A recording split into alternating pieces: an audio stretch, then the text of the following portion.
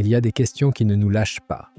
Des questions qui surgissent à 3 heures du matin quand le silence est total, quand on lève les yeux vers un ciel sans nuages et qu'on se retrouve face à l'immensité. Qu'est-ce que l'univers? Où s'arrête-t-il? Y a-t-il un bout, une paroi, un néant absolu quelque part là-haut? Et si quelque chose existait avant tout cela, avant le temps, avant la lumière, avant le premier souffle de l'existence, qu'était-ce donc? Ces questions ne sont pas nouvelles. Des générations entières de philosophes, de mathématiciens, d'astronomes ont passé leur vie à les retourner dans tous les sens, sans jamais trouver de réponse définitive. Mais aujourd'hui, pour la première fois dans l'histoire de notre espèce, nous possédons des instruments capables de sonder l'univers à des profondeurs que nos ancêtres n'auraient pas pu imaginer.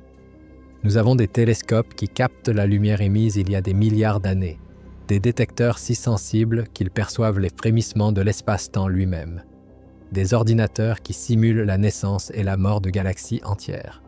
Et pourtant, plus nous regardons loin, plus les questions se multiplient. Si ce voyage au cœur du cosmos vous touche, pensez à liker la vidéo et à vous abonner. Cela nous aiderait vraiment beaucoup. C'est le paradoxe de l'astronomie moderne. Chaque réponse que nous obtenons ouvre 10 nouvelles portes sur l'inconnu. Et c'est précisément ce qui rend cette aventure si envoûtante. Nous ne sommes pas au bout du chemin, nous en sommes au tout début. Commençons par le commencement, ou du moins, par ce que nous pouvons observer. Regardez le ciel la nuit, des étoiles à perte de vue, des constellations qui semblent fixes depuis toujours, une voie lactée, qui s'étire comme un voile de lumière diffuse. Tout cela vous semble immense, et pourtant vous ne voyez qu'une infime fraction de la réalité cosmique. La lumière que vous percevez a voyagé des mois, des années, parfois des milliers d'années avant d'atteindre vos yeux. Elle est un message venu du passé. Un télégramme envoyé par des étoiles qui, pour certaines, ont cessé d'exister avant même que notre planète ne soit formée. La lumière voyage à une vitesse de 299 792 km par seconde dans le vide. C'est la vitesse maximale autorisée par les lois de la physique. Aucun signal, aucune information, aucune particule dotée de masse ne peut l'égaler. Lorsqu'on regarde une étoile distante de 1000 années-lumière, on observe ce qu'elle était il y a 1000 ans. Lorsqu'on tourne nos télescopes vers des galaxies situées à des milliards d'années-lumière, on contemple l'univers tel qu'il était quand la Terre n'existait pas encore. L'astronomie est une forme de voyage dans le temps involontaire et irrésistible. Mais cette contrainte fondamentale de la vitesse de la lumière définit aussi une frontière que nous ne pouvons pas franchir du regard. L'univers a un âge, environ 13,8 milliards d'années. Cela signifie que la lumière la plus ancienne qui puisse nous parvenir a été émise il y a 13,8 milliards d'années. Rien de plus vieux ne peut nous atteindre car rien n'a eu le temps de parcourir une distance plus grande depuis le début du temps. Il existe donc une sphère imaginaire autour de nous, ce qu'on appelle l'univers observable, dont le rayon correspond à cette limite temporelle. Au-delà de cette sphère, non pas parce qu'il n'y a rien, mais parce que la lumière venant de ces régions n'a tout simplement pas encore eu le temps de nous rejoindre. Voici quelque chose de fascinant qui déstabilise d'emblée nos intuitions. Ce rayon de l'univers observable est aujourd'hui d'environ 46 milliards d'années-lumière, alors que l'univers n'a que 13,8 milliards d'années. Comment est-ce possible? Comment peut-on voir plus loin que le temps ne l'autorise en apparence? La réponse, c'est l'expansion de l'univers. L'espace lui-même s'étire, les galaxies ne se déplacent pas à travers l'espace comme des fusées traversant le vide. L'espace qui les sépare prend de l'ampleur, se dilate, s'allonge. La lumière émise par une galaxie lointaine a été émise alors que cette galaxie était bien plus proche de nous qu'elle ne l'est aujourd'hui. Pendant le trajet de cette lumière jusqu'à nous, l'espace a continué de s'étendre, éloignant encore davantage la source originale. C'est pour cette raison que l'univers observable s'étend sur 46 milliards d'années-lumière et non sur 13,8. Cette expansion a une conséquence vertigineuse. Certaines galaxies s'éloignent de nous si vite, emportées par l'étirement de l'espace, que la lumière qu'elles émettent aujourd'hui ne nous parviendra jamais. Il existe ce qu'on appelle l'horizon des événements cosmologiques, une frontière au-delà de laquelle les signaux envoyés maintenant ne nous atteindront jamais, même en attendant une éternité. Actuellement, cet horizon se trouve à environ 16 milliards d'années-lumière. Toute galaxie au-delà de cette limite est, dans un sens profond, déjà perdue pour nous. Elle appartient à une partie de la réalité qui ne pourra plus jamais communiquer avec nous. Et il y a encore une autre frontière, plus subtile, qu'on appelle l'horizon de Hubble. C'est la distance à laquelle la vitesse d'éloignement d'un objet, due à l'expansion de l'espace, atteint exactement la vitesse de la lumière. Au-delà de cet horizon, les objets s'éloignent de nous plus vite que la lumière ne peut se déplacer.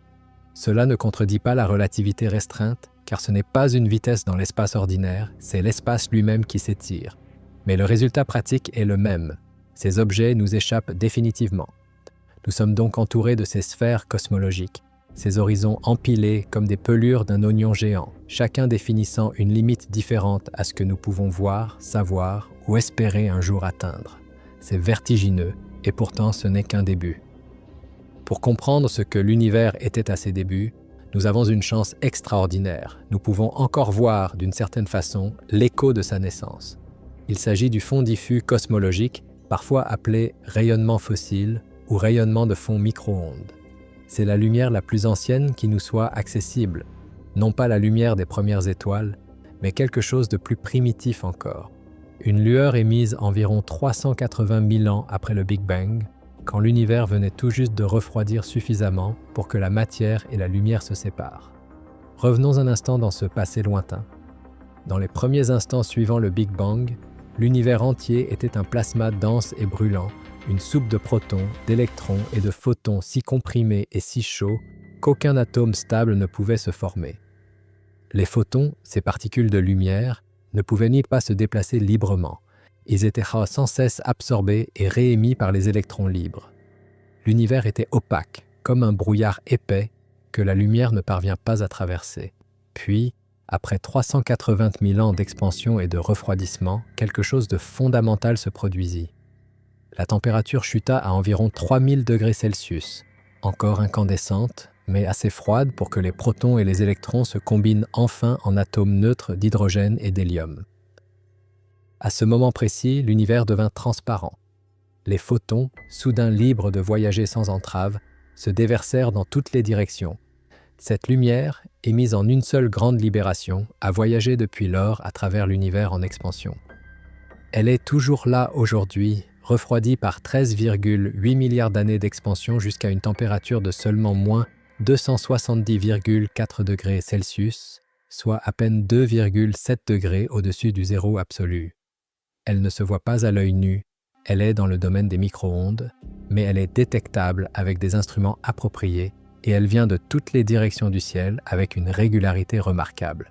C'est en 1964 que deux physiciens américains, Arno Penzias et Robert Wilson, la découvrirent par accident. Ils travaillaient sur une antenne radio et ne parvenaient pas à éliminer un bruit de fond inexplicable. Ce bruit venait de partout, à toute heure, quelle que soit la direction de l'antenne. Il s'agissait en réalité du rayonnement fossile du Big Bang, une découverte qui leur valut le prix Nobel de physique et qui changea à jamais notre compréhension de l'univers.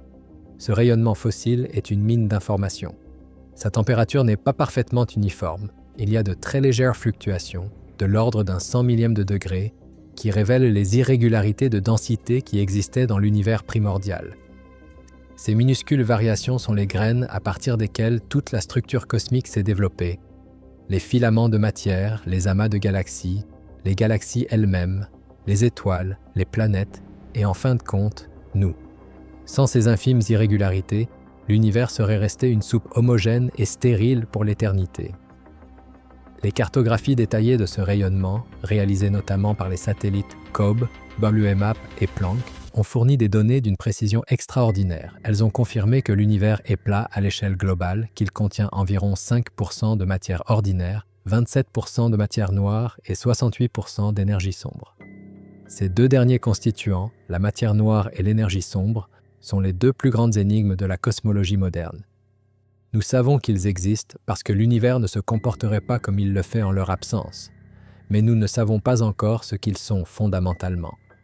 La matière noire ne s'observe pas directement, elle n'émet ni n'absorbe de lumière, mais sa présence se trahit par ses effets gravitationnels. Les galaxies tournent sur elles-mêmes à des vitesses qui ne s'expliquent pas par la seule masse visible de leurs étoiles et de leurs gaz. Il doit y avoir une matière supplémentaire, invisible, qui fournit la gravité nécessaire pour maintenir ces galaxies cohésives. C'est la matière noire. Elle forme un halo invisible autour de chaque galaxie, un échafaudage gravitationnel sur lequel la matière ordinaire s'accroche. Sans elle, les galaxies n'auraient peut-être jamais réussi à se former. L'énergie sombre est encore plus mystérieuse. Elle est responsable de l'accélération de l'expansion de l'univers. Dans les années 1990, 2 équipes de chercheurs observaient des supernovas de type 1A pour mesurer le rythme d'expansion de l'univers. Leur hypothèse de départ était que cette expansion devait se ralentir progressivement, freinée par l'attraction gravitationnelle de toute la matière contenue dans l'univers. Ce qu'ils découvrirent les stupéfia. Non seulement l'expansion ne ralentissait pas, mais elle accélérait. L'univers s'étire de plus en plus vite, il faut une force, une énergie pour contrer la gravité et provoquer cette accélération. On l'appelle énergie sombre, non parce qu'elle est obscure au sens propre, mais parce qu'elle est invisible et incomprise. Elle représente 68% du contenu énergétique total de l'univers et nous ne savons presque rien d'elle. Cette accélération de l'expansion a des implications profondes pour le futur de l'univers. Si elle se poursuit, si l'énergie sombre continue d'accélérer l'expansion, alors le cosmos évolue vers une solitude absolue. Les galaxies éloignées disparaîtront derrière nos horizons cosmologiques. Le ciel nocturne, dans des milliards d'années, sera de plus en plus vide. Les civilisations qui existeraient à cette époque, si tant est que de telles civilisations persistent, verraient un univers de plus en plus désert, de moins en moins susceptible d'être compris dans sa globalité. Mais revenons à notre époque, à notre univers tel qu'il est maintenant, avec ses galaxies encore accessibles et ses structures encore visibles. Parce qu'il y a, dans le tissu de cet univers, des structures qui défient l'imagination et qui posent des questions fondamentales sur la façon dont tout cela est né. Ces structures, ce sont les vides cosmiques. Imaginez que vous zoomez en arrière, que vous prenez de la distance par rapport à notre planète, puis à notre galaxie, puis à notre amas de galaxies, puis à notre superamas.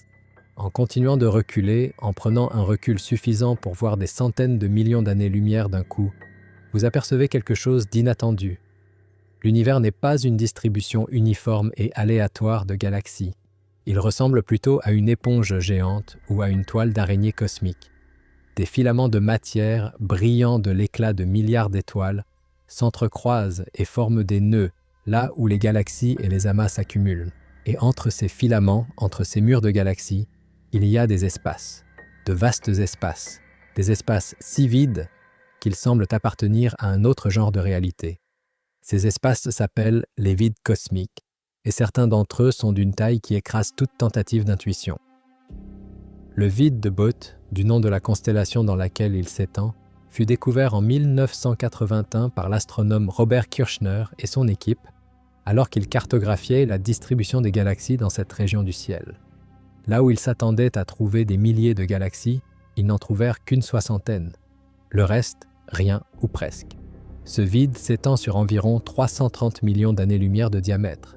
Si vous pouviez voyager à la vitesse de la lumière, ce qui est physiquement impossible, mais jouons le jeu, il vous faudrait 330 millions d'années pour le traverser d'un bout à l'autre. Pour mettre cela en perspective, notre Voie lactée mesure environ 100 000 années-lumière de large. Le vide de Boote est donc environ 3300 fois plus vaste que notre galaxie. Un désert cosmique si grand que même les structures les plus gigantesques que nous connaissons se réduiraient à des grains de sable à son échelle. Mais ce n'est pas tout. Le vide d'Éridan, parfois nommé grand vide ou super vide, est encore plus stupéfiant. Situé dans la constellation de l'Éridan, il s'étend sur près d'1 milliard d'années-lumière. 1 milliard. Et ce qui rend ce supervide particulièrement énigmatique, c'est son lien potentiel avec une anomalie du rayonnement de fond cosmologique. Il existe, dans la cartographie du rayonnement fossile, une région anormalement froide, une tache froide, qui ne s'explique pas facilement par les modèles standards. Certains chercheurs ont proposé que cette tache froide pourrait être la signature de ce supervide d'Éridan. Lorsque des photons du rayonnement fossile traversent un vide immense, ils perdraient légèrement de l'énergie en ressortant, un phénomène prévu par la physique, l'effet Sachs-Wolf intégré. Le résultat serait une région légèrement plus froide dans le rayonnement de fond. Si cette explication est correcte, alors nous aurions une signature directe de l'un des objets les plus grands jamais détectés dans l'univers imprimé dans la lumière la plus ancienne qui soit. D'autres supervides ont été répertoriés depuis, dans les chiens de chasse, dans diverses régions reculées du cosmos. Chacun d'eux pose la même question fondamentale. Comment de telles étendues de quasi-vide se sont-elles formées dans un univers qui, au départ, était si homogène ? Les théories ne manquent pas. L'une des plus séduisantes relie la formation des vides à la période d'inflation cosmique, cette phase d'expansion exponentiellement rapide qui se serait produite une infime fraction de seconde après le Big Bang, faisant passer l'univers d'une taille subatomique à des dimensions macroscopiques en un temps infinitésimal. Pendant cette inflation, des fluctuations quantiques microscopiques auraient été amplifiées à des échelles cosmiques, créant des régions légèrement plus denses et des régions légèrement moins denses. Au fil des milliards d'années qui suivirent, sous l'action de la gravité, les régions plus denses attirèrent davantage de matière, devenant des filaments et des amas de galaxies. Les régions plus rares furent progressivement vidées de leur contenu au profit des structures environnantes. Les vides actuels seraient l'aboutissement de ce processus de ségrégation gravitationnelle, les creux d'une topologie cosmique qui avait ses origines dans les tout premiers instants de l'existence. L'énergie sombre joue également un rôle dans le creusement de ces vides. En accélérant l'expansion générale de l'univers, elle pousse les galaxies des régions peu denses vers les régions plus denses, vidant encore davantage les espaces déjà clairsemés. Elle est, en quelque sorte, une force de ségrégation cosmique qui accentue les contrastes et creuse les abysses. Il y a quelque chose de profondément troublant dans ces vides, quelque chose qui dépasse leur taille. Ce sont des espaces où les règles habituelles du cosmos semblent suspendues. Pas d'étoiles pour brûler, pas de galaxies pour tourner, pas de lumière pour rompre l'obscurité absolue. Des régions où la densité de matière est si faible qu'un mètre cube d'espace ne contient en moyenne qu'une poignée d'atomes égarés. Si vous pouviez vous retrouver au centre d'un tel vide, vous seriez seul dans l'obscurité la plus totale, entouré d'un vide si profond que la notion même d'espace semblerait perdre son sens. Et pourtant, même ces vides ne sont pas vraiment vides. La matière noire les traverse, l'énergie sombre les remplit, des ondes gravitationnelles les parcourent, des neutrinos fantomatiques les traversent en ce moment même, à la vitesse de la lumière ou presque, porteurs d'informations sur des événements cataclysmiques survenus à l'autre bout de l'univers. La physique ne s'arrête jamais, même dans les endroits les plus déserts du cosmos. Ce qui nous amène à une question que nos instruments commencent tout juste à explorer. Comment aller voir au-delà des horizons cosmologiques ? Comment obtenir des informations sur des régions de l'univers que la lumière ne peut plus nous apporter ? Les neutrinos sont l'une des réponses. Ces particules élémentaires, d'une masse quasi nulle, voyagent à des vitesses proches de celles de la lumière et interagissent si peu avec la matière qu'elles peuvent traverser la Terre entière comme si elles n'existaient pas. Un flux de neutrinos provenant d'une supernova lointaine peut passer à travers des milliards d'étoiles, des nébuleuses denses, des amas de galaxies, sans être absorbés ni déviés. Ils sont les messagers les plus discrets et les plus fidèles du cosmos. En développant des détecteurs de neutrinos suffisamment sensibles, nous pourrions un jour capter des informations en provenance de régions de l'univers que la lumière ne nous révèle plus, des régions qui se trouvent au-delà de notre horizon des particules, ou dans des zones obscurcies par de la matière opaque. Les ondes gravitationnelles sont une autre piste extraordinaire. Prévues par la théorie de la relativité générale d'Einstein en 1916, elles ne furent détectées directement pour la première fois qu'en 2015 par les détecteurs LIGO aux États-Unis. Ces ondes sont des ondulations dans le tissu même de l'espace-temps, engendrées par l'accélération de masses gigantesques, deux trous noirs en fusion, deux étoiles à neutrons qui spiralent l'une vers l'autre, ou peut-être, dans un avenir lointain, des événements encore plus spectaculaires. Contrairement aux ondes lumineuses, les ondes gravitationnelles ne sont ni absorbées ni diffusées par la matière. Elles traversent l'univers avec une fidélité absolue, portant l'empreinte des événements qui les ont engendrés. Et leur portée est potentiellement universelle, elles pourraient nous renseigner sur des phénomènes survenus aux confins de l'univers, voire sur les tout premiers instants du Big Bang lui-même. Des projets ambitieux sont en cours pour détecter des ondes gravitationnelles de basse fréquence, inaccessibles aux détecteurs terrestres. LISA, l'antenne spatiale interférométrique du laser, est un projet de l'Agence spatiale européenne qui consiste à déployer 3 vaisseaux spatiaux en formation triangulaire dans l'espace, séparés de 2,5 millions de kilomètres, capables de détecter les plus subtiles déformations de l'espace-temps. Avec un tel instrument, nous pourrions entendre résonner l'univers d'une façon entièrement nouvelle. Nous pourrions percevoir des événements que nul télescope optique ne pourra jamais voir. Mais même avec toutes ces fenêtres, la lumière, les neutrinos, les ondes gravitationnelles, nous n'avons accès qu'à ce que l'univers nous laisse voir depuis notre position actuelle, depuis ce moment particulier de son histoire. Pour vraiment comprendre le cosmos dans toute son étendue et dans toute sa profondeur temporelle, nous devons nous interroger sur sa nature fondamentale, sur son passé le plus lointain et sur son avenir le plus ultime. Parlons du futur d'abord, parce que l'univers est en train de changer et pas seulement imperceptiblement. Il change à une échelle de temps qui nous échappe dans une vie humaine, mais qui est écrite dans les équations comme une sentence irrévocable. Dans environ 1 milliard d'années, le Soleil sera sensiblement plus lumineux qu'aujourd'hui, peut-être de 10%. Cette augmentation apparemment modeste sera catastrophique pour la biosphère terrestre. Les océans commenceront à s'évaporer progressivement.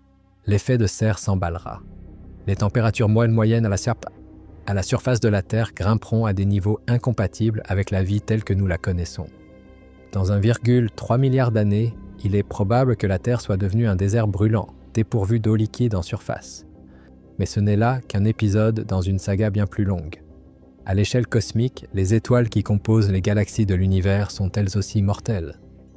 Les plus massives, les géantes bleues, qui brûlent leur combustible à un rythme frénétique, ne durent que quelques millions d'années, un éclair à l'échelle des temps astronomiques.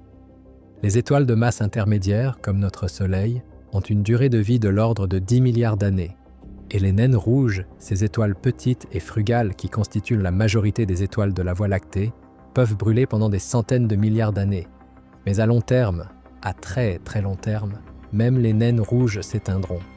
Dans environ 100 000 milliards d'années, la dernière étoile de l'univers aura épuisé son carburant. Le cosmos s'obscurcira. Il ne restera plus que des reliques, des naines blanches qui se refroidissent lentement, des étoiles à neutrons qui tournent dans la nuit éternelle, des trous noirs qui règnent sur le vide. L'ère des étoiles sera révolue. Ce que les physiciens appellent la mort thermique de l'univers est un concept issu de la thermodynamique, et plus particulièrement de ce que l'on nomme la deuxième loi. Dans tout système isolé, l'entropie, le désordre, ne fait qu'augmenter.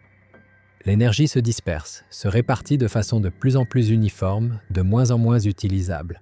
Un univers qui a atteint l'équilibre thermique est un univers où tout est à la même température, où aucun gradient d'énergie ne subsiste, où aucun processus utile ne peut plus se dérouler.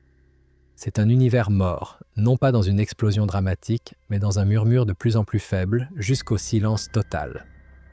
Il y a cependant d'autres scénarios possibles pour la fin de l'univers, et certains sont bien plus spectaculaires. Si l'énergie sombre s'intensifie avec le temps, si sa densité augmente plutôt que de rester constante, alors l'expansion de l'univers pourrait s'accélérer de façon incontrôlable. Dans ce scénario qu'on appelle le grand déchirement, l'espace-temps lui-même serait littéralement déchiré. Les grandes structures céderaient en premier, les amas de galaxies se disperseraient, incapables de résister à l'expansion. Puis les galaxies individuelles seraient déchirées, puis les systèmes stellaires, puis les étoiles elles-mêmes, puis les planètes. Et finalement, dans les dernières fractions de secondes avant la fin absolue, les atomes eux-mêmes seraient arrachés, les noyaux atomiques déchiquetés, les protons et les neutrons séparés en quarks isolés.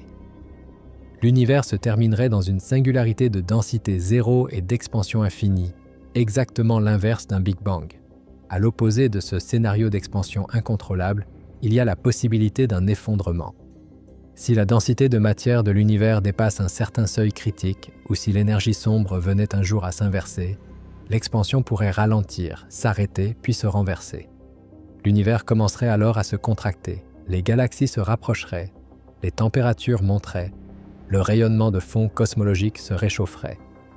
La matière se comprimerait de plus en plus, et finalement toute la substance de l'univers convergerait vers une singularité d'une densité infinie, le grand effondrement, une implosion cosmique symétrique de l'explosion originelle. Cette possibilité n'est pas considérée comme très probable aujourd'hui, compte tenu des observations actuelles qui suggèrent une accélération persistante de l'expansion. Mais elle reste dans le domaine du possible, et sa beauté conceptuelle n'échappe à personne. Si le grand effondrement se produit, s'il conduit à une nouvelle singularité, est-ce que cela pourrait déclencher un nouveau Big Bang? Est-ce que cette singularité pourrait être le point de départ d'un tout nouvel univers? C'est ici que nous entrons dans le territoire le plus spéculatif de la cosmologie, le territoire des questions sans réponse certaine, des théories audacieuses, des hypothèses qui défient nos intuitions les plus profondes. La question suprême, qu'y avait-il avant le Big Bang? Cette question mérite qu'on s'arrête un instant pour saisir à quel point elle est fondamentalement déstabilisante. Le Big Bang n'est pas une explosion qui s'est produite dans un espace préexistant comme une bombe qui explose dans une pièce vide. Le Big Bang est l'événement à partir duquel l'espace lui-même a commencé d'exister, et le temps aussi.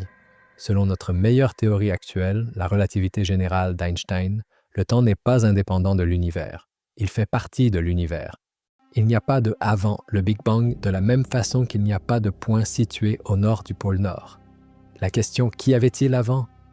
présuppose l'existence d'un temps antérieur, ce que la physique standard ne permet pas. Et pourtant, nous ne pouvons pas nous empêcher de poser cette question. C'est plus fort que nous. Et heureusement, des physiciens ont développé des cadres théoriques qui tentent d'y répondre, ou du moins de la reformuler de façon productible. L'une des théories les plus séduisantes est celle de l'univers oscillant, une idée qui a des résonances dans de nombreuses traditions philosophiques et religieuses, mais qui possède aussi une formulation physique rigoureuse. L'univers oscillant postule que notre cosmos n'est pas un événement unique et isolé, mais une phase dans un cycle éternel d'expansion et de contraction. L'univers actuel s'est développé depuis le Big Bang, il continuera de s'étendre pendant des milliards et des milliards d'années, et finalement, si les conditions le permettent, il se contractera vers une singularité dense. Cette singularité, au lieu de marquer une fin définitive, déclencherait un nouveau Big Bang, donnant naissance à un nouvel univers. Et ce cycle se serait déjà répété un nombre incalculable de fois dans un passé infini, et se reproduira un nombre tout aussi incalculable de fois dans un futur infini. Ce qui est fascinant dans cette vision, c'est qu'elle brise la barrière psychologique du commencement absolu. Il n'y a pas eu de moment zéro, de création ex nihilo. Il y a eu succession de cycles, chacun naissant des cendres du précédent comme un phénix cosmique. Bien sûr, cette théorie se heurte à des difficultés physiques considérables. Les modèles standards prévoient que chaque contraction se termine en singularité, un point où les équations cessent de fonctionner, où la densité devient infinie et où la physique connue s'effondre. Pour qu'un rebond se produise, il faut une physique nouvelle, une description quantique de la gravité, qui prenne le relais là où la relativité générale capitule. C'est justement là que la gravité quantique à boucle entre en scène. Cette approche théorique, développée notamment par Carlo Rovelli et Lee Smolin, propose que l'espace-temps n'est pas continu mais granulaire, composé de minuscules atomes d'espace d'une taille de l'ordre de la longueur de Planck, soit environ 10 puissance moins 35 mètres. À cette échelle, l'espace-temps lui-même est discret, comme un tissu qui, vu de très près, révèle ses fils et ses mailles. Dans ce cadre, il n'y a pas de singularité. Quand l'univers se contracte et que la densité devient extrêmement élevée, les effets quantiques de la gravité entrent en jeu et empêchent l'effondrement total. L'univers rebondit, il subit une transition quantique qui inverse la contraction et démarre une nouvelle phase d'expansion. Ce grand rebond remplacerait la singularité du Big Bang par une transition quantique et l'univers antérieur, celui qui existait avant le rebond, serait la phase de contraction qui a précédé l'expansion actuelle. Dans cette vision, avant le Big Bang, il y avait un univers en train de se contracter. Un univers peut-être très différent d'une autre, peut-être soumis à des lois légèrement différentes, peut-être peuplé de structures que nous ne reconnaîtrions pas, mais un univers physique, réel, obéissant à des équations. Une autre approche radicalement différente est la proposition sans bord, avancée par Stephen Hawking et James Hartle dans les années 1980. Leur idée est audacieuse et conceptuellement magnifique. Partant d'une formulation mathématique de la mécanique quantique appliquée à la cosmologie, Hawking et Hartle proposèrent que l'univers n'a pas de condition initiale singulière. Au lieu d'un point de départ unique et défini, l'univers aurait une frontière temporelle qui ressemble davantage à la surface d'une sphère qu'à un point. Sur une sphère, il n'y a pas de bord, vous pouvez vous déplacer sur sa surface dans toutes les directions sans jamais rencontrer de limite. De même, dans le modèle de Hawking-Hartle, le temps lui-même se comporte comme une dimension spatiale supplémentaire aux instants les plus reculés, et il n'y a pas de moment zéro, pas de singularité initiale. L'univers est, dans ce sens, autocontenu. Il n'a besoin d'aucune cause externe, d'aucune condition aux limites imposées de l'extérieur. Hawking aimait illustrer cela avec l'analogie géographique. Demander ce qui se trouvait avant le Big Bang, c'est comme demander ce qui se trouve au nord du pôle Nord. La question est grammaticalement correcte, mais physiquement sans signification. Non pas parce qu'il n'y a rien au nord du pôle Nord, mais parce que la notion de nord perd son sens à cet endroit précis. De même, la notion de avant perd son sens quand on remonte au-delà du Big Bang dans le cadre de la proposition sans bord. Cette idée est séduisante, mais elle aussi fait face à des critiques et des difficultés techniques. Elle repose sur une procédure mathématique, l'intégrale de chemin euclidienne, dont la signification physique exacte reste débattue. Et elle ne prédit pas de façon unique le contenu de notre univers. Il faudrait des principes supplémentaires pour sélectionner parmi les nombreuses histoires possibles celle qui correspond à notre cosmos réel. La théorie des cordes ouvre une toute autre voie. Dans ce cadre théorique, les constituants fondamentaux de la matière ne sont pas des particules ponctuelles, mais des objets unidimensionnels, des cordes qui vibrent à différentes fréquences. Chaque mode de vibration correspond à une particule différente. L'électron, le quark, le photon, le graviton, tous seraient dans différentes façons de vibrer d'un même type de corde fondamentale. Et la théorie des cordes prédit l'existence de dimensions supplémentaires au-delà des 3 dimensions d'espace et d'une dimension de temps que nous percevons. Ces dimensions supplémentaires seraient compactifiées, enroulées sur elles-mêmes à des échelles si minuscules qu'elles sont imperceptibles. Dans ce cadre multidimensionnel, une variante appelée modèle échirotique propose que notre univers existe sur une membrane, une brane, flottant dans un espace à dimensions supplémentaires. Une autre brane similaire existerait en parallèle, dans la même espace extradimensionnel séparé de la nôtre par une distance infime à l'échelle de ces dimensions supplémentaires. Ces 2 branes s'attirent mutuellement. Lentement, au cours de milliards d'années, elles se rapprochent. Et finalement, elles entrent en collision. Cette collision catastrophique libère une énergie immense sous forme de chaleur et de rayonnement. Elle ressemble exactement à ce que nous appelons le Big Bang. Notre Big Bang serait donc la marque, l'empreinte d'une collision entre 2 membranes cosmiques. Et avant le Big Bang, il y aurait eu une ère longue et froide de rapprochement progressif entre ces branes, dans un espace qui nous est fondamentalement inaccessible. Ce modèle a l'avantage d'être cyclique. Après la collision, les branes rebondissent, s'éloignent, puis se rapprochent à nouveau pour une nouvelle collision, et de n'exiger aucune singularité. Mais il repose sur des hypothèses physiques qui ne sont pas encore vérifiées expérimentalement. La théorie des cordes elle-même, malgré ses séductions mathématiques, n'a encore produit aucune prédiction qui ait été testée et confirmée de façon concluante. Il y a encore une autre idée venue du monde de la mécanique quantique qui mérite d'être mentionnée, les fluctuations du vide. En physique quantique, le vide n'est pas vraiment vide. C'est un état fondamental de tous les champs quantiques et il est traversé en permanence par des fluctuations d'énergie. Des paires de particules et d'antiparticules se créent spontanément et s'annihilent aussitôt, dans des durées si brèves qu'elles ne violent que marginalement le principe de conservation de l'énergie. Ce vide quantique est un bouillonnement permanent, invisible mais physiquement réel. Certains physiciens ont proposé que notre univers tout entier pourrait avoir émergé d'une telle fluctuation du vide quantique. Un vide quantique préexistant, non pas un néant absolu, mais un état de moindre énergie dans un espace-temps préexistant, aurait connu une fluctuation suffisamment grande pour déclencher une inflation cosmique. Cette inflation aurait amplifié cette fluctuation microscopique en un univers macroscopique, en expansion, structuré. L'univers ne serait pas né de rien, il serait né d'un presque rien, les fluctuations quantiques d'un vide primordial. Mais qui a créé ce vide primordial? Et dans quoi ce vide existait-il? Les questions reculent d'un cran sans jamais s'arrêter. Cette infinie régression des causes est peut-être la leçon ultime de la cosmologie. Chaque réponse génère une nouvelle question sur ce qui précède. Et à un moment, nous touchons aux limites de ce que la physique peut décrire. Non pas parce que la réalité cesse, mais parce que nos outils conceptuels, développés pour décrire l'expérience humaine à des échelles humaines, atteignent leurs limites de validité. Certains physiciens ont proposé une réponse radicale à cette régression infinie, le multivers. L'idée que notre univers n'est qu'un parmi un nombre incalculable, peut-être infini, d'univers coexistants, chacun avec ses propres lois physiques, ses propres constantes fondamentales, sa propre histoire. Dans certaines versions de cette idée, dérivée de la théorie de l'inflation éternelle, l'espace-temps global est en expansion perpétuelle, et des bulles d'inflation ralenties se forment continuellement, chacune évoluant vers un univers distinct. Notre cosmos serait l'une de ces bulles, une région où l'inflation s'est terminée selon un certain patron, produisant les constantes physiques particulières que nous observons autour de nous. Dans d'autres versions inspirées de la mécanique quantique everettienne, chaque événement quantique donne naissance à deux univers divergents. L'un où l'électron a tourné dans un sens, l'autre où il a tourné dans l'autre. L'univers se ramifie en permanence, créant un arbre toujours plus branchu de réalités parallèles. Le multivers est une idée fascinante. Elle résout de façon élégante certains des mystères les plus profonds de la physique.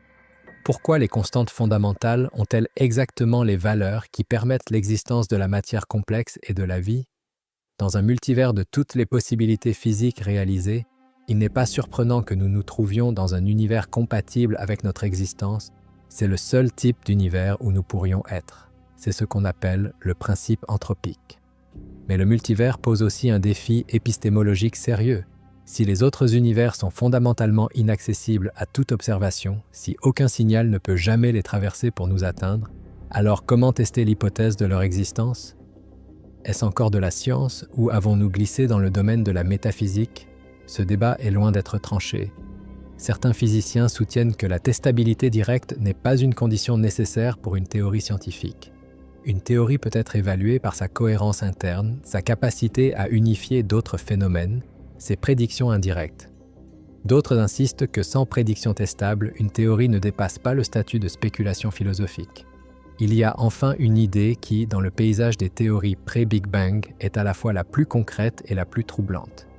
Celle qui suggère que notre univers entier est né de l'intérieur d'un trou noir dans un univers parent.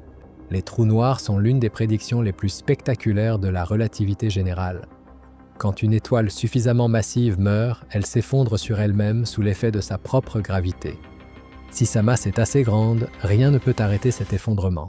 La matière converge vers un point central, la singularité, entourée d'un horizon des événements au-delà duquel rien, pas même la lumière, ne peut s'échapper. Depuis l'extérieur, un trou noir est un objet sombre, massif, déformant l'espace-temps autour de lui. Depuis l'intérieur, si jamais quoi que ce soit pouvait observer de l'intérieur, la singularité est un effondrement total, une fin apparente. Mais certains physiciens ont remarqué une similitude troublante entre la singularité initiale du Big Bang et les singularités à l'intérieur des trous noirs. Les deux sont des points de densité infinie, les deux marquent des limites de validité pour notre physique actuelle. Et si ces similitudes n'étaient pas des coïncidences, mais des indices d'une parenté structurelle? L'hypothèse de la cosmologie des trous noirs, développée notamment par le physicien Lee Smolin, suggère que la singularité d'un trou noir ne marque pas simplement une fin, mais une transition, un point à partir duquel un nouveau Big Bang se produit, engendrant un univers interne qui se développe de façon indépendante. Notre univers serait ainsi l'intérieur d'un trou noir dans un univers parent. Et chaque trou noir dans notre univers serait le siège d'un Big Bang donnant naissance à un univers descendant. Si cette idée est correcte, alors les univers se reproduiraient par un processus presque darwinien. Chaque univers engendrerait des descendants en formant des trous noirs. Les univers les plus féconds, ceux qui produisent le plus de trous noirs, transmettent leurs lois physiques aux univers suivants, peut-être avec de légères variations. Les constantes fondamentales dériveraient d'un univers à l'autre, et une sorte de sélection naturelle cosmique favoriserait les univers propices à la formation de trous noirs. Bizarrement, les conditions favorables à la formation de trous noirs sont aussi souvent des conditions favorables à la formation d'étoiles complexes, de chimie riche et potentiellement de vie. Cette convergence est peut-être plus qu'une coïncidence. Tout cela, les vides cosmiques, les horizons de l'univers observable, les théories sur l'avant du Big Bang, pourraient donner l'impression d'une science froide et abstraite, d'un jeu d'équations sur le papier. Mais il y a dans tout cela quelque chose de profondément humain. Ces questions sont les nôtres depuis toujours. Les premières civilisations regardèrent le ciel nocturne et se demandaient d'où venait tout cela. Les mythologies du monde entier ont tenté d'y répondre avec les outils de leur époque. Des récits, des symboles, des dieux créateurs, des dragons cosmiques. Nous avons maintenant d'autres outils, plus précis, plus puissants. Mais l'interrogation fondamentale est la même. Et il y a quelque chose de sublime dans le fait que nous soyons capables de poser ces questions. Que nous, créatures issues d'un grain de poussière cosmique gravitant autour d'une étoile parmi des centaines de milliards d'étoiles dans une galaxie parmi des centaines de milliards de galaxies dans un univers peut-être parmi des milliards d'univers, nous soyons capables de comprendre, même partiellement, la structure de la réalité à ses niveaux les plus fondamentaux. L'univers s'est donné les moyens de se contempler lui-même. Nous sommes cela. des atomes d'hydrogène suffisamment complexement arrangés pour pouvoir se demander ce qu'ils sont. Ce voyage dans les profondeurs du cosmos, dans le temps et dans l'espace, dans les théories les plus audacieuses de la physique, est en réalité un voyage vers nous-mêmes. Comprendre l'univers, c'est comprendre d'où nous venons, ce que nous sommes, et peut-être où nous allons. Les horizons cosmologiques nous rappellent nos limites. Il y a des régions de la réalité que nous ne pourrons jamais observer directement, des informations qui nous sont fondamentalement inaccessibles, des univers peut-être parallèles aux nôtres que rien ne permettra jamais d'atteindre. Ces limites ne sont pas des échecs de la science, elles sont des caractéristiques fondamentales de notre situation dans l'univers. Nous sommes des observateurs locaux dans un cosmos global. Notre champ de vision est fini, notre temps est limité. Mais dans cet espace de possibilités finies, ce que nous avons accompli est extraordinaire. Nous avons mesuré la courbure de l'espace-temps. Nous avons détecté des ondulations dans le tissu de la réalité provenant de la fusion de trous noirs à des milliards d'années-lumière.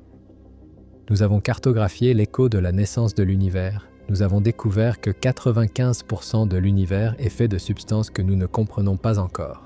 Nous avons conjecturé sur ce qui existait avant le temps, et nous continuons. Les prochaines générations de télescopes scruteront le cosmos avec une précision sans précédent. Des détecteurs d'ondes gravitationnelles dans l'espace élargiront notre ouïe cosmique à des fréquences inexplorées. Des accélérateurs de particules sonderont les composants les plus fondamentaux de la matière. La physique théorique progressera, peut-être pas en ligne droite, peut-être avec des détours et des impasses, comme toujours, vers une unification plus profonde des forces fondamentales et une compréhension plus complète des conditions de la naissance de l'univers. Est-ce que nous trouverons les réponses définitives ? Peut-être, peut-être pas. L'histoire de la science suggère que les réponses définitives sont rares. Chaque percée ouvre de nouvelles perspectives et révèle de nouvelles profondeurs. La physique du 19e siècle semblait presque complète, et puis la relativité et la mécanique quantique ont tout bouleversé. La cosmologie du 20e siècle semblait solide, et puis la matière noire et l'énergie sombre ont révélé que nous ne connaissions que 5% du contenu de l'univers. Ce que l'on peut dire avec certitude, c'est que l'univers est plus grand, plus vieux, plus complexe, plus mystérieux et plus riche qu'aucune génération précédente n'aurait pu l'imaginer, et que cette richesse est inépuisable. Chaque fois que nous pensons approcher du fond, nous découvrons de nouvelles profondeurs. L'univers nous dépasse toujours, non pas pour nous décourager, mais pour nous inviter à aller plus loin. Il y a quelque chose de très beau dans cette posture d'humilité permanente devant le cosmos. Ne pas savoir, ce n'est pas un échec, c'est le point de départ de toute découverte. Les questions sans réponse ne sont pas des lacunes dans notre connaissance, ce sont des portes ouvertes sur l'aventure à venir. Que ce soit dans les vides abyssaux du cosmos, dans l'écho du Big Bang imprimé dans le rayonnement fossile, dans les équations qui tentent de décrire ce qui existait avant le temps, ou dans les théories audacieuses des multivers et des rebonds quantiques, partout, il y a de la beauté de la complexité, la beauté de l'inconnu, la beauté d'un univers qui semble avoir été conçu, même si ce n'est là qu'une illusion anthropique, pour être exploré, compris, contemplé. Nous sommes des êtres extraordinairement éphémères dans un univers extraordinairement vaste et vieux. Nos vies, même les plus longues, sont imperceptibles à l'échelle des temps cosmiques. Nos civilisations, même les plus durables, sont des instants fugitifs dans l'histoire du cosmos. Et pourtant, dans cet infime fragment de temps qui nous est accordé, nous levons les yeux. Nous nous posons des questions, nous construisons des instruments pour voir plus loin, nous développons des mathématiques pour penser l'inimaginable. Nous racontons des histoires pour transmettre ce que nous avons appris à ceux qui viendront après nous. C'est peut-être cela la chose la plus remarquable dans tout ce voyage cosmique. Non pas ce que nous avons découvert, aussi stupéfiant que cela soit, mais le fait que nous l'ayons cherché, que nous continuions à chercher, que nous refusions de nous contenter de l'ignorance quand la connaissance est possible, que nous soyons fondamentalement des êtres qui veulent comprendre. Les horizons cosmologiques se refermeront peut-être sur nous un jour, dans un avenir lointain où les galaxies auront disparu derrière leurs limites inaccessibles et où le ciel nocturne sera vide. Mais avant cela, il y a des milliards d'années de découvertes possibles, des milliards d'années d'émerveillement. Et cela commence maintenant, cette nuit, sous un ciel étoilé, avec une question simple et vertigineuse qui ne demande qu'à être posée. Jusqu'où va tout cela ? Nous ne savons pas encore, mais nous continuerons de chercher. Et cette recherche, justement, mérite qu'on s'y attarde, parce qu'elle ne ressemble à aucune autre activité humaine. Elle ne génère pas de profit immédiat, Elle ne garantit aucun résultat dans un délai raisonnable. Elle exige des investissements intellectuels et matériels qui s'étalent sur des décennies, parfois des siècles. Elle est portée par des individus dont beaucoup mourront avant de voir leurs hypothèses confirmées ou infirmées. Et pourtant, elle continue. Elle a toujours continué.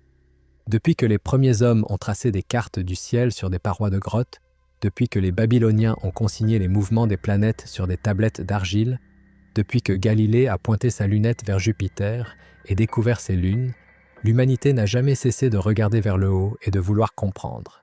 Cette continuité est elle-même fascinante. Les mêmes questions traversent les millénaires. Qu'est-ce que le ciel? De quoi est fait l'univers? Sommes-nous seuls? Quelle est notre place dans tout cela? Les réponses ont changé radicalement et continueront de changer, mais les questions, elles, restent remarquablement stables. C'est comme si elles étaient inscrites dans la nature même de l'intelligence consciente. Dès qu'un être est capable de se représenter le monde au-delà de son environnement immédiat, il commence à se demander ce qui se trouve encore plus loin. Les découvertes les plus importantes de l'histoire de l'astronomie ont souvent eu lieu dans des moments de désorientation. Quand Copernic proposa que la Terre tournait autour du Soleil et non l'inverse, il ne s'appuyait pas sur des preuves directes irréfutables. Il s'appuyait sur l'élégance mathématique de son modèle et sur l'inconfort intellectuel que lui inspirait l'ancienne vision. Quand Edwin Hubble découvrit, dans les années 1920, que les nébuleuses spirales qu'il observait étaient en réalité des galaxies entières situées bien au-delà de la Voie lactée, il bouleversa en quelques observations notre conception de la taille de l'univers. Et quand, à la fin du XXe siècle, des astronomes mirent en évidence l'accélération de l'expansion cosmique, ils ne s'y attendaient enfin. Ils cherchaient à mesurer le ralentissement de cette expansion. Le cosmos les surprit. Cette capacité de l'univers à nous surprendre est peut-être sa caractéristique la plus constante. Il ne se laisse jamais réduire à nos modèles. Il est toujours plus riche, plus complexe, plus nuancé que ce que nos théories anticipent. Et c'est une source d'émerveillement permanent pour ceux qui l'étudient. Revenons à la structure de l'univers et explorons une dimension que nous n'avons pas encore pleinement abordée, le temps à très grande échelle. Nous avons parlé du futur lointain, la mort des étoiles, la mort thermique, le grand déchirement possible. Mais il y a des étapes intermédiaires, des transformations progressives qui méritent d'être décrites avec précision parce qu'elles révèlent la façon dont l'univers change de nature au fil du temps. En ce moment, nous vivons dans ce que les cosmologistes appellent l'ère stellaire. C'est l'ère des étoiles, celle où les galaxies brillent de l'éclat de milliards de soleils en fusion nucléaire, celle où la matière ordinaire s'organise en structures de plus en plus complexes. Cette ère a commencé quelques centaines de millions d'années après le Big Bang, quand les premières étoiles s'allumèrent dans l'obscurité primitive. Elle durera encore environ 100 000 milliards d'années, un chiffre qui met en perspective la brièveté absurde de notre existence humaine. Mais dans 100 000 milliards d'années, la dernière naine rouge s'éteindra. Le combustible stellaire sera épuisé dans toute la Voie lactée et dans toutes les autres galaxies. À ce moment-là, l'ère stellaire cédera la place à une ère bien plus sombre et bien plus silencieuse. Ce qui restera, dans les milliards et les milliards d'années qui suivront l'extinction des dernières étoiles, ce sont des reliques. Des naines blanches, ces résidus d'étoiles de taille intermédiaire ayant consumé tout leur hydrogène et leur hélium, se refroidissant très lentement au fil des ères géologiques. Des étoiles à neutrons, ces objets étranges et denses comme des millions de masses terrestres comprimées dans une sphère de 20 km de diamètre, toujours en rotation mais n'émettant plus de lumière visible. Des trous noirs hérités de la mort des étoiles les plus massives et des fusions galactiques, présents partout, silencieux, attendants. Les naines blanches se refroidiront si lentement qu'elles brilleront encore, très faiblement, pendant des trillions d'années. Mais le refroidissement est inéluctable. Après des milliards d'années, elles seront devenues des naines noires, des masses de carbone cristallisées, froides et noires, invisibles dans l'obscurité cosmique. Ce processus est si lent que, selon les estimations actuelles, il n'existe peut-être pas encore une seule vraie naine noire dans tout l'univers observable. L'univers n'est simplement pas assez vieux pour que les naines blanches aient eu le temps de se refroidir jusqu'à cet état. Mais elles le deviendront, toutes, dans un futur si lointain qu'il est difficile d'y associer une intuition. Et les trous noirs, même eux ne sont pas éternels, bien que leur longévité soit presque incompréhensible. La physique théorique prédit qu'un trou noir peut perdre lentement de la masse par un processus appelé le rayonnement de Hawking. Ce phénomène, prédit par le physicien Stephen Hawking en 1974, est une conséquence de la mécanique quantique appliquée aux environs de l'horizon d'un trou noir. En termes simplifiés, la physique quantique interdit le vide parfait. Des paires de particules et d'antiparticules se créent spontanément partout dans l'espace, même près d'un trou noir. Normalement, ces paires s'annihilent presque immédiatement, mais près de l'horizon d'un trou noir, il peut arriver qu'une particule tombe à l'intérieur tandis que son partenaire s'échappe. Le trou noir a ainsi effectivement émis une particule, au prix d'une légère diminution de sa masse. Ce processus est infiniment lent pour les grands trous noirs. Un trou noir de masse stellaire prendrait des temps faramineux pour s'évaporer complètement, mais il est réel. Pour un trou noir supermassif au centre d'une galaxie, contenant des milliards de fois la masse de notre Soleil, l'évaporation par rayonnement de Hawking prendrait des temps d'une longueur proprement indescriptible, des temps bien plus longs que la durée de vie de l'air stellaire, mais ils s'évaporeront quand même. Dans un futur d'une lointainité vertigineuse, même les derniers trous noirs auront disparu, et avec eux, les derniers objets massifs stables de l'univers. Il ne restera plus que des photons, des neutrinos et des leptons isolés, errant dans un espace de plus en plus vaste, de plus en plus froid, de plus en plus vide. C'est la mort thermique, pas une explosion, pas un cataclysme, une dissolution progressive dans l'indifférence et le silence. Mais revenons pour un moment à une échelle un peu moins vertigineuse, l'échelle des quelques milliards d'années à venir, parce qu'il se passe des choses intéressantes bien avant l'extinction des dernières étoiles, des choses qui concernent notre propre galaxie. La Voie lactée et la galaxie d'Andromède se rapprochent l'une de l'autre. Ce n'est pas un secret en astronomie, c'est une certitude basée sur des décennies d'observations précises. La galaxie d'Andromède, visible à l'œil nu depuis nos latitudes par les nuits les plus claires, se dirige vers nous à une vitesse d'environ 110 km par seconde. Dans environ 4,5 milliards d'années, les deux galaxies entameront leur fusion. Cette fusion ne ressemblera pas à une collision au sens ordinaire du terme. Les étoiles sont si loin les unes des autres, même au sein d'une galaxie, que les probabilités de collision directe entre étoiles individuelles sont infimes.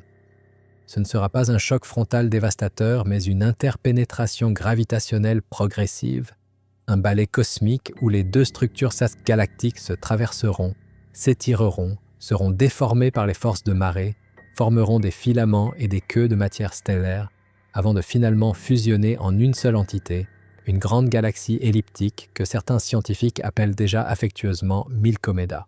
Notre Soleil, à ce moment-là, sera dans les dernières étapes de sa vie. Il aura déjà tellement augmenté en luminosité que la Terre, si elle existe encore, sera depuis longtemps devenue inhabitable. Mais l'événement de la fusion galactique lui-même n'affectera pas directement notre étoile. Elle sera simplement entraînée dans une nouvelle orbite au sein de cette galaxie recomposée, comme une particule parmi des centaines de milliards d'autres dans une danse gravitationnelle de plusieurs milliards d'années. Il y a quelque chose d'à la fois magnifique et mélancolique dans cette perspective.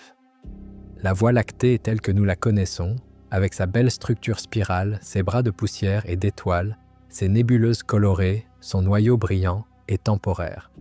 Elle a une histoire, un présent, et elle aura une fin, non pas dans une catastrophe, mais dans une transformation.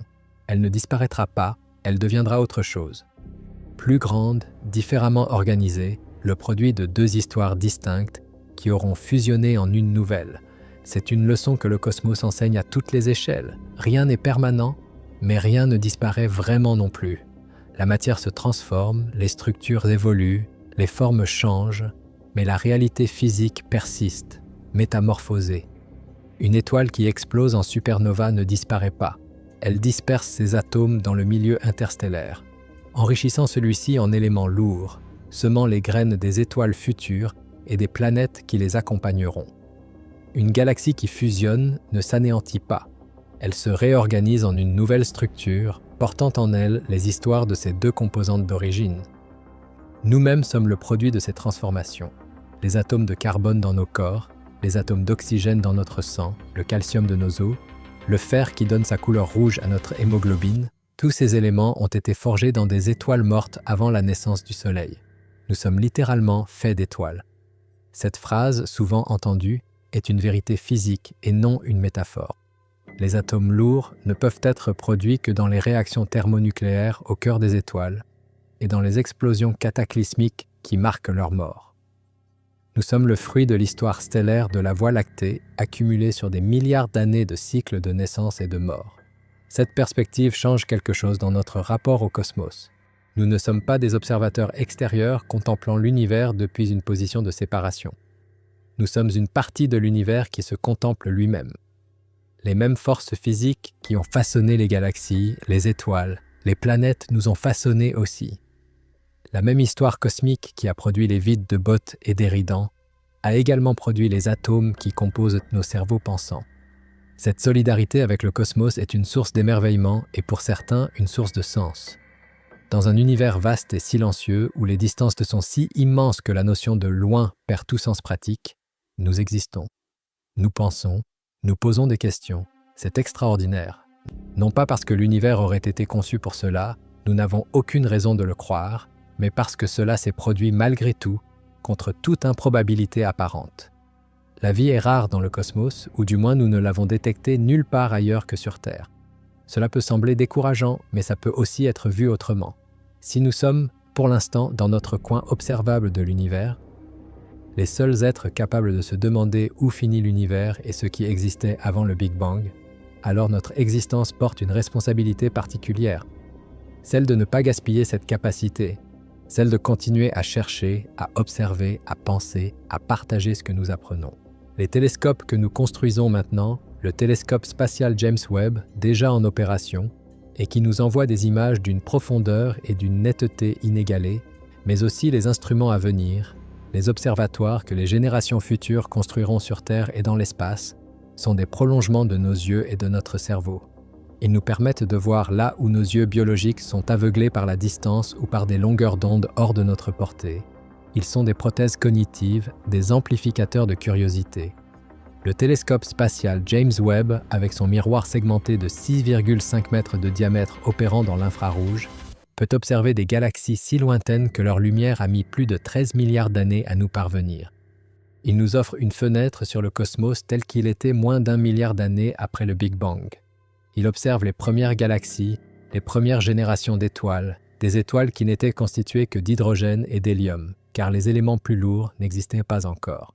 Ces étoiles primordiales, parfois appelées étoiles de population 3, étaient probablement des monstres lumineux, beaucoup plus massifs que les étoiles que nous voyons aujourd'hui, qui brûlaient intensément pendant peu de temps avant d'exploser et de semer leur production nucléaire dans le milieu interstellaire primitif. Nous n'avons pas encore détecté directement ces étoiles de la première génération. Elles sont trop lointaines, trop décalées vers le rouge par l'expansion de l'univers et peut-être trop éphémères.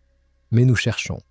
Et chaque nouvelle image du James Webb, chaque spectre d'une galaxie primordiale nous rapproche de la compréhension de comment tout a commencé.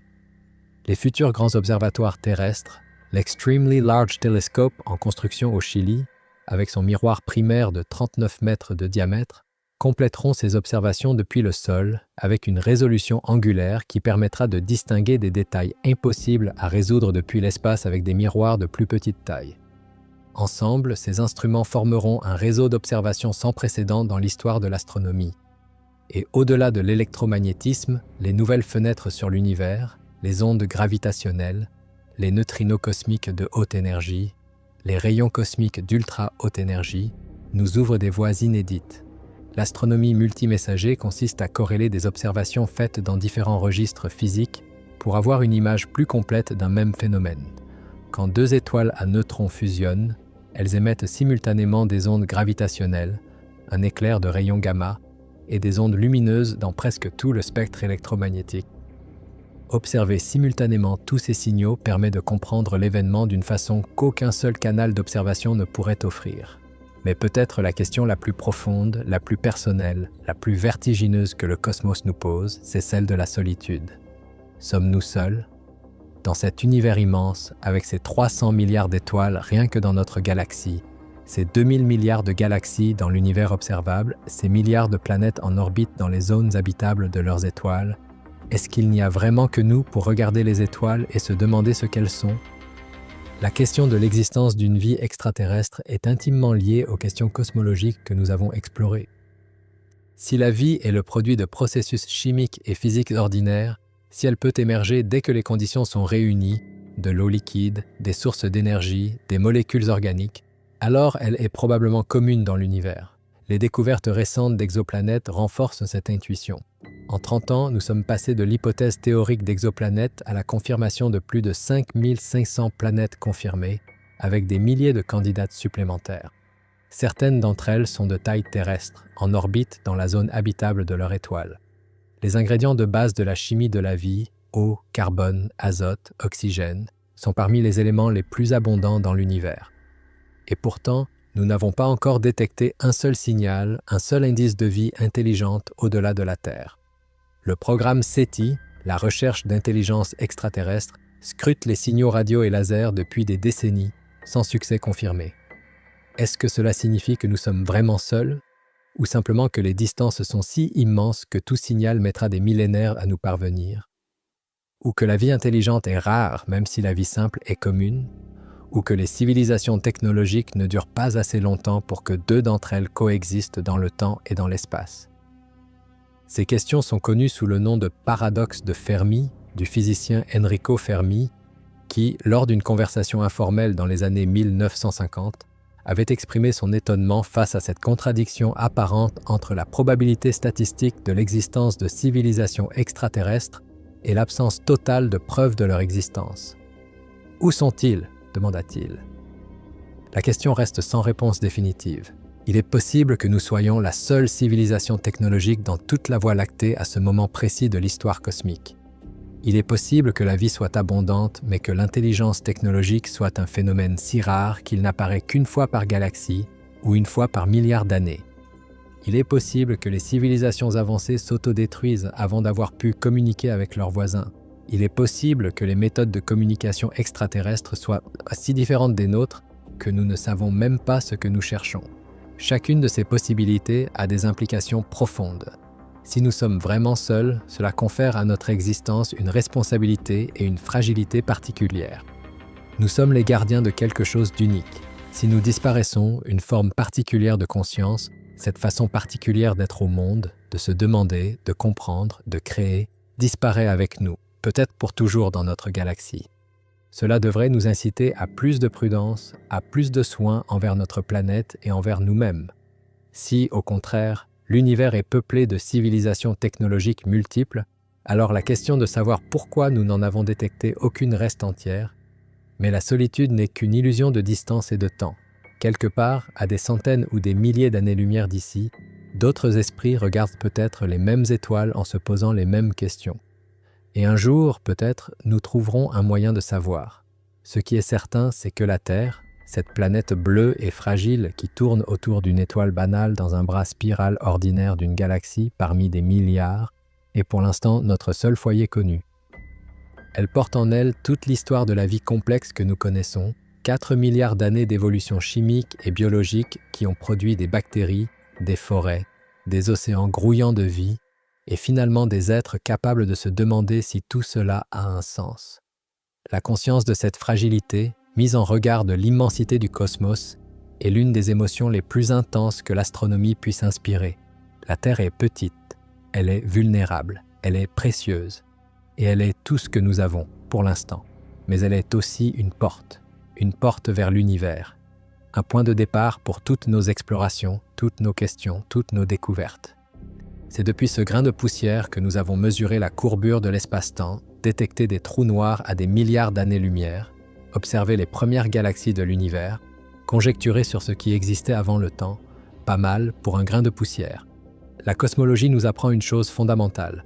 Le temps est long, l'espace est grand et nous sommes en chemin. L'histoire de l'univers a commencé il y a 13,8 milliards d'années, et si la mort thermique est la fin, elle se produira dans des milliards de milliards d'années. Nous sommes à un instant infinitésimal de cette histoire. Nous sommes jeunes, comme espèce, comme civilisation, comme pratique scientifique. Nous avons à peine commencé. Cette jeunesse est une promesse. Il y a devant nous des siècles de découvertes, des millénaires de compréhension progressive, une saga cosmique dans laquelle notre rôle n'est que commençant. Les générations qui viennent, nos enfants, les enfants de nos enfants et toutes les générations qui suivront, hériteront des questions que nous nous posons aujourd'hui et les porteront plus loin avec des outils que nous ne pouvons pas encore imaginer. Quelle est la nature de la matière noire? Qu'est-ce que l'énergie sombre, fondamentalement? Y a-t-il eu vraiment un Big Bang initial ou s'agit-il d'une transition d'une phase précédente de l'univers? Y a-t-il d'autres univers? Sommes-nous seuls? Ces questions-là ne seront peut-être pas répondues dans notre siècle ni dans notre millénaire. Mais elles le seront peut-être un jour, et l'humanité sera plus grande pour avoir continué à les poser. Voici donc où nous en sommes, un univers de 13,8 milliards d'années, vaste de 93 milliards d'années-lumière dans notre portion observable, structuré en un réseau de filaments et de vides à une échelle que l'imagination peine à saisir. Un univers en expansion accélérée, poussé par une énergie mystérieuse qui constitue 68% de son contenu. Un univers peuplé de centaines de milliards de galaxies, chacune contenant des centaines de milliards d'étoiles, orbité par des milliards de planètes. Un univers qui a déjà vécu la naissance et la mort d'innombrables étoiles, qui a vu se former les atomes dont nous sommes faits, qui a produit, au moins une fois, sur au moins une planète, des êtres capables de le contempler et de se demander ce qu'il est. Un univers qui, selon certaines des théories les plus audacieuses de la physique, n'est peut-être qu'un parmi une infinité d'autres, n'est peut-être d'un rebond quantique d'un univers antérieur, ou de la collision de deux membranes dans un espace à dimension supplémentaire, ou d'une fluctuation du vide primordial, ou de quelque chose que nous n'avons pas encore imaginé. Et dans cet univers, il y a nous.